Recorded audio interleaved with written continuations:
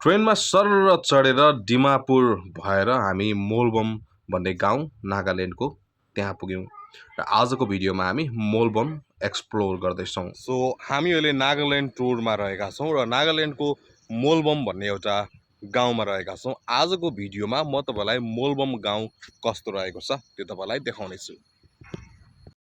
नागाल्यान्डको मोलबम भिलेज चाहिँ एकदमै रुख बिरुवा हरियाली र खेतबारीको बिचमा र रेलवे स्टेसन नजिकै रहेको छ।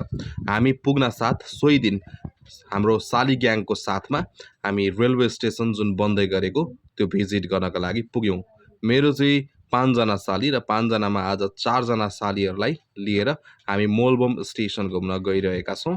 सो एकदमै मेरो लाइफकै एकदमै राम्रो एक्सपिरियन्स थियो, किनभने रेलसँग जोडिएको र रेलमा हिँड्न पाएको एकदम राम्रो यो साँझको भ्यू रेलको देखियो। त्यसपछि हामी रेलवे वरिपरि बरालिँदै थियौँ, रमाइलो गर्दै थियौँ, घुम्दै थियौँ र त्यहाँ के कस्ता चिजहरू रहेछन् त्यसलाई पनि एक्सप्लोर गर्दै थियौँ। त्यसपछि अर्को दिन हामी गाउँ घुम्न गयौँ र यहाँ चाहिँ के रहेछ भने प्रत्येक गाउँमा घरमा गोठहरू हुँदो रहेछ, तर गाईबस्तु हुँदैन रहेछ। सबै गाईबस्तुहरू छाडा छोड्ने चलन रहेछ, घाँसै काट्नु नपर्ने। र हामी गाउँ डुल्दै थियौँ। यो चाहिँ कुकी भिलेज, जहाँ चाहिँ कुकी समुदायको बसोबास रहेछ। एकदमै विकसित रहेछ नागाल्यान्ड पनि, सबैतिर बाटोघाटो पुगेको, नेपाल जस्तै झलक्क हेर्दाखेरि देखिने, तर मान्छेको जुन हुन्छ नि त्यो एउटा एकै खालको जस्तो मतवाली समुदायको जस्तो मात्रै देखिने अनुहारहरू चाहिँ, तर भाषा उहाँहरूको नबुझिने, हिन्दीमा अलिअलि बोल्न सकिने। र म यहाँ नानीहरूलाई पनि पुर्याउन गएको थिएँ, उनीहरूलाई स्कुल छोडिदिएँ। त्यसपछि यो प्रत्येक घरको बाहिर चाहिँ यसरी भाटाको बनाएर राखिएको हुँदो रहेछ। पछि यो एरिया चाहिँ यो पाइनएप्पल भुइँकटहरको एकदमै धेरै खेती हुने क्षेत्र भएकोले त्यहाँ भुइँकटहर फलिसकेपछि त्यसलाई बेच्नको लागि प्रत्येक घरले अगाडि चाहिँ यसरी स्टल बनाएको हुँदो रहेछ।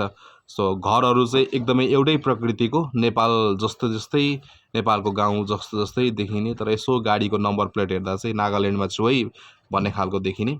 र यो एउटा राम्रो घर, जहाँ बाहिर चाहिँ यो ब्याम्बोले बारिएको थियो।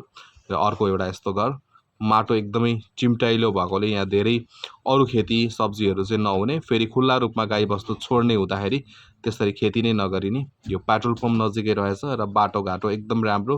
हेर्दा बनावट चाहिँ एकदमै पहाड पहाड खालको, तराई तराई खालको, र प्रत्येक घरमा एउटा गाडी मोटरसाइकल चाहिँ अवश्य पनि हुने रहेछ। र रेलवे स्टेसन र खेतबारीले एकदमै भरिएको ब्युटिफुल भिलेज रहेछ यो मोलबम भिलेज। र प्रत्येक खेतको बिचमा एउटा यस्तो सुन्दर घर, जहाँ एकदम फ्रेस हावाको साथमा यहाँ बसोबास मानिसहरूले गर्ने रहेछन्।